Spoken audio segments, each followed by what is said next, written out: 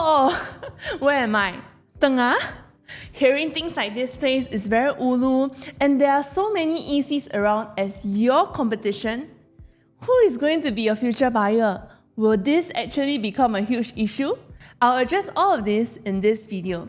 Most people are overlooking this project, but it might quietly become one of the best entry price new launches in 2026.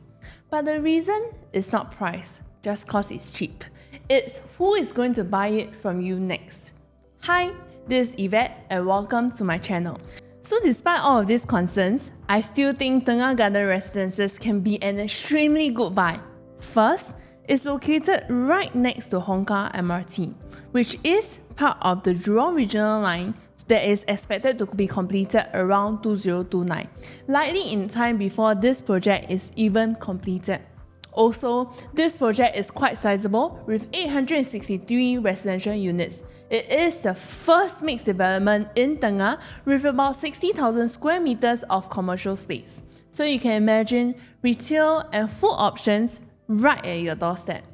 We are still pending more information like the exact unit sizes and floor plans, so do stay tuned for that. Second, it is also the first private condo in this area that is going to be waterfront facing. Yes, it's a man-made lake. This actually reminds me a lot of 𝘱𝘪𝘷𝘍𝑒. I do have quite a number of reasons why I feel this project has good potential upside, and one of the key reasons is the lack of private condo supply in this area. At the same time, the HDB upgraded demand here is likely to surpass the available condo supply in Tengah. And that's why I do think in the longer run, prices can still move upwards. But of course, if you are looking at this purely as an investment and you have zero intention to stay, then you do have to be more mindful, because in this area, there are quite a number of ECs that will be reaching MOP over time. So you may want to watch your exit timing carefully, because both your entry price and exit strategy are extremely important. So let me share with you why specifically for Tengah, I still think this condo has strong potential. First, like I mentioned earlier, the demand for private housing here is likely to exceed the available supply. And whenever you have this kind of imbalance such that demand is over supply, naturally, over time, prices tend to move up. And that's one of the key reasons I'm looking at. And the second reason is affordability, which I think is even more important. And what makes this even more interesting is that Tengah Garden Residences is launching at a price point very close to upcoming new ECs. So when you enter at this price level, you are essentially positioning yourself at a price that is still within reach for many HDB upgraders in the future. But that brings us to a key question. Can they actually afford your future selling price? Later, I'll break this down step by step so you can clearly see how this works. So in order to understand how Tengah might turn out in the future, we need to look at another town that has gone through a similar transformation. So here, I'm using Punggol as an example. Punggol used to be a place where there was almost nothing. A lot of people said it was too far, too underdeveloped. But over time, with government's planning and infrastructure, today it's actually a very popular town, especially for young families. Now, if you look at this chart, I know it looks a bit messy at first, but let me simplify it for you. So the blue bars represent the newly completed private condo. The red bars represent HDB flats reaching MOP. Back in 2012, you can see that there was a large supply of private condos entering the market, but at the same time, the HDB MOP supply is not coming in quite as strong. So during this period, prices actually dipped around 9%. In the following years, when both the private supply and the HDB MOP supply were more balanced, you'll realize that prices didn't really move much. They stayed relatively flat. But the interesting part is this period over here, that is between 2017 to 2019. So during this period, right, you realize there's no blue bar, which means there was almost no new private condo supply coming into the market. But yet, HDB flats were still reaching MOP year after year. And what happened to the prices during this period? prices went up.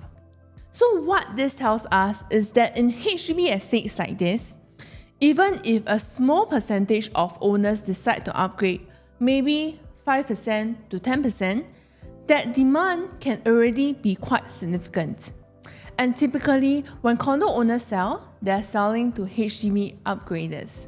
So, the number of HDB flats reaching MOP actually becomes very important to private property prices, especially in heartland areas like this. And this is not something that only happens in Punggol. You can actually see the same pattern happening in Jurong East and Jurong West as well. If you take a quick look at this chart, again, the blue bars represent the new private condo supply in the area, and the red bars represent HDB flats reaching MOP.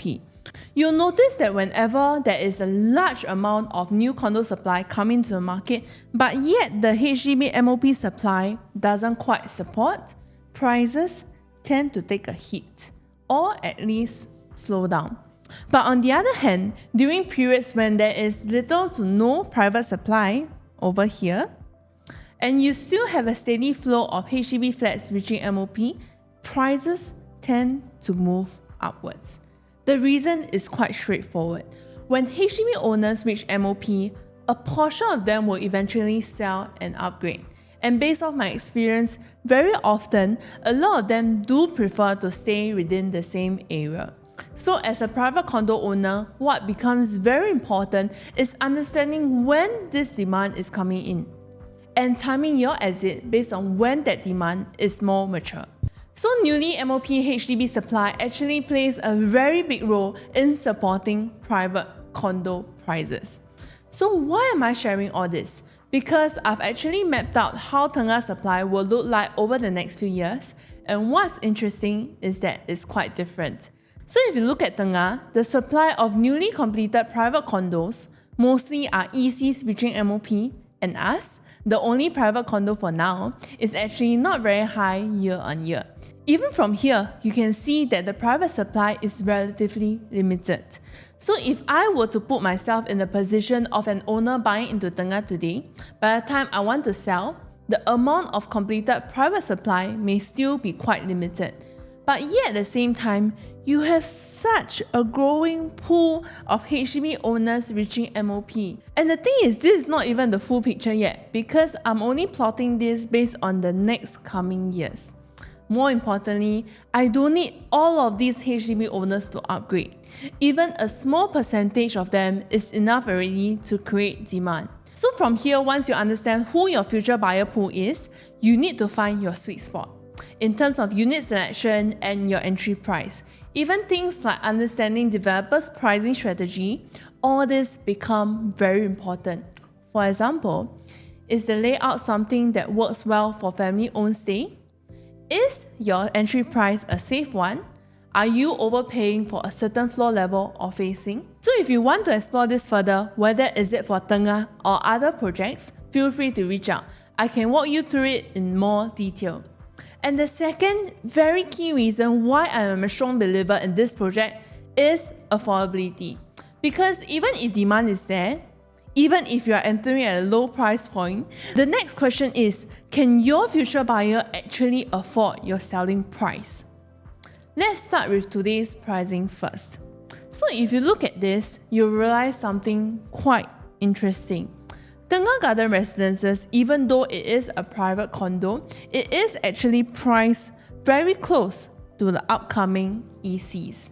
In fact, the gap here is only $27 per square foot per plot ratio compared to a new EC coming up in Woodlands. So what this means is that you are essentially entering into a private condo at almost EC level pricing, which is exactly why I mentioned earlier. Your entry level today is still within reach of a future buyer pool. Now, let's take it one step further. If you look at upcoming launches, you'll notice that developers have been buying land at much higher prices. It's quite crazy. But for Tengah, the land cost is only around $821 per square foot per plot ratio. But for many upcoming projects, developers already entered at $1,300, $1,400 per square foot or even higher. So naturally, when this project launched, their selling price will have to be higher because developers will still need to maintain their margins. So what does this mean for you? If you are entering Tengah at today's pricing, you are coming in at a much lower cost base. And at the same time, future launches are likely to set a higher price benchmark in the market. So you are not just buying at a good price, you are buying ahead of where future prices are likely to move. So now I'm going to show you something very practical. If you are buying into a 3-bedroom in Tengah today, based on an assumed price, how exactly is your future buyer, which is most likely the newly MOP HDB upgrader, how can they afford your unit and still give you the kind of profit you are looking for? So over here, I'm just going to run through a very simple exercise. First, I take the average purchase price of a 4-room BTO in Tengah, and this works out to be around 348,000 before any subsidies. Now, after looking at the purchase price, the next step is to estimate their potential sales proceeds.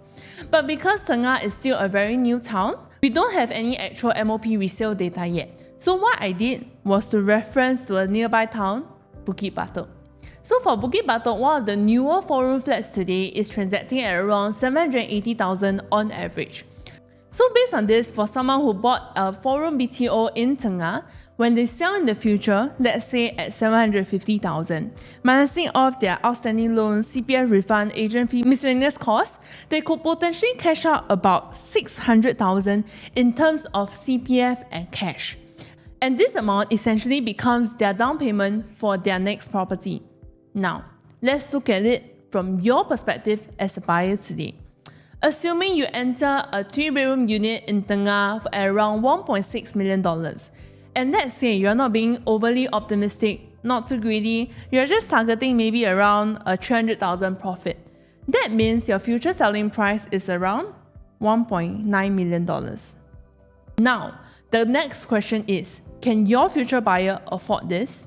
At a $1.9 million purchase price, the required down payment is roughly $540,000. And if you compare this to what the HDB upgrader already has, the numbers are very clear. These HDB upgraders can easily buy into your unit at this future price without needing to touch any of their cash savings and still have some buffer left. So what this tells us is the demand is not just there. The demand can actually afford your exit price. So can the buyers here still afford it? The answer is yes. And this is exactly why I believe Tengah Garden Residences has strong upside potential. You are looking at a situation where private supply is still relatively low, while the number of HDB flats reaching MOP and therefore future upgraders is going to be quite high. Even when I factor in the ECs that will MOP in the coming 4 to 5 years, the overall private supply is still not enough to fully meet that demand. And when you combine that with affordability, where buyers can realistically afford your future selling price, so if you are entering at a good price today, I do think that this is a very clear path for a safe exit in the future. So I'll be doing a deeper breakdown once the floor plans are released.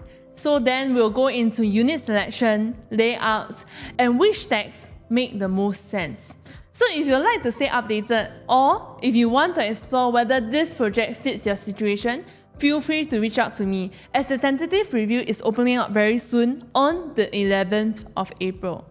So thank you and see you on the next one.